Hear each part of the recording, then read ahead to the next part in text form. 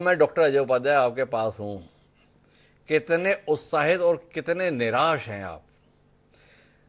भारत चीन के मुद्दे को लेकर बड़े मुखर रहते थे आप, पर चीन झुक गया भाई। देश के साथ समझौता किया है और समझौते के तहत दावा है कि जो मई जून 2020 में सीमा की स्थिति थी, चीनी सेना उस स्थिति का पालन करेगी और वापस लौट जाएगी। आज रूस में जब हम ये कार्यक्रम कर रहे हैं, खबर आ रही है 1 घंटे की मुलाकात हुई है चीनी राष्ट्रपति और शी जिनपिंग के बीच, जिसमें कहा गया है कि परस्पर एक दूसरे का सम्मान कीजिए, एक दूसरे को स्वीकार कीजिए। क्या कहते हैं डॉक्टर अजय उपाध्याय, नरेंद्र मोदी सरकार की इस उपलब्धि पर 4 साल भले ही लगे, लेकिन चीन पीछे हटने को तैयार हो गया। बधाई देना चाहेंगे केंद्र सरकार को और नरेंद्र मोदी जी को? डॉक्टर साहब, हम आशा करते हैं और उम्मीद भी करते हैं कि सैनिकों की वापसी पहले जैसी जो हमारी स्थिति थी 2020 में जहां हम थे, उस स्थिति में आएंगे। और कात्यायन साहब का या इससे पहले जो पूर्व राजनयिक थी मंजू जी, इनका जो कहीं ना कहीं शंका संदेह है, मुझे लगता है कि सरकार उनको ध्यान रखेगी और निश्चित तौर पे आंतरिक सुरक्षा और अखंडता भारत की किसी भी रूप में कंप्रोमाइज भारत सरकार नहीं करेगी। भारत सरकार के साथ इन मुद्दों पर हम रहेंगे।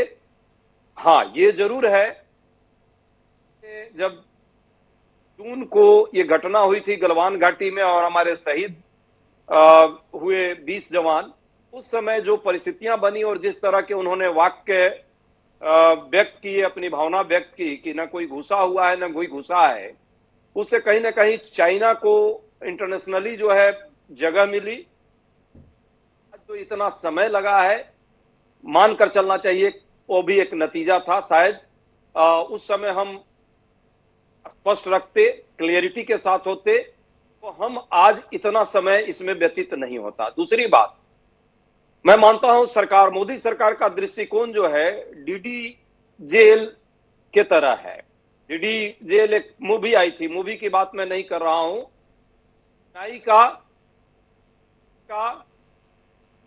और जस्टिफाई का ये दृष्टिकोण रहा है पूरी सरकार का चाइना के मुद्दे को लेकर के और इस परिस्थितियों को लेकर के। इस परिस्थितियों के लिए सरकार कहीं ना कहीं जिम्मेवार थी। इस कारण से पूर्व सांसद महोदया पिछले संसद में थी, इस पर चर्चा कराने को सरकार तैयार नहीं हुई, जबकि पुरानी परंपरा रही है ऐसे मुद्दों पर चर्चा होती है। ठीक है, कई बार सरकारों से गलती हो जाती है, पर देश की अखंडता और सुरक्षा पर कोई भी प्रश्न करेगा उसमें सभी पार्टियां उसके साथ खड़ी रहेंगी और उसके लिए जो है विदेशी ताकतों के साथ जवाब देने को देश के एक एक नागरिक खड़े रहेंगे। हम सब खड़े। डॉक्टर अजय उपाध्याय, आपने बताया कि देखो प्रधानमंत्री ने जो उस समय बयान दिया उसके कारण दिक्कत हुई और देखो इतना समय भी लग गया।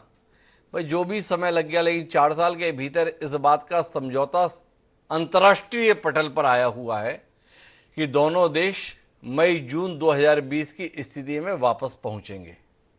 पर जब आपका शासन था उस समय के संदर्भ में बताते हैं, अक्साई चीन की 38,000 किलोमीटर भारत की भूमि चीन के कब्जे में चली गई।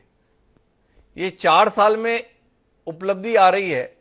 आप 40 साल उसके बाद राज किए, आपसे 4 किलोमीटर भूमि न ली गई 38,000 किलोमीटर में से, और आप सुनीता दुग्गल जी पर टिप्पणी करना चाहते हैं, नरेंद्र मोदी जी पर टिप्पणी करना चाहते हैं। नैतिक रूप से अपने आप को कितना मजबूत महसूस करते हैं डॉक्टर अजय उपाध्याय टिप्पणी करने के लिए?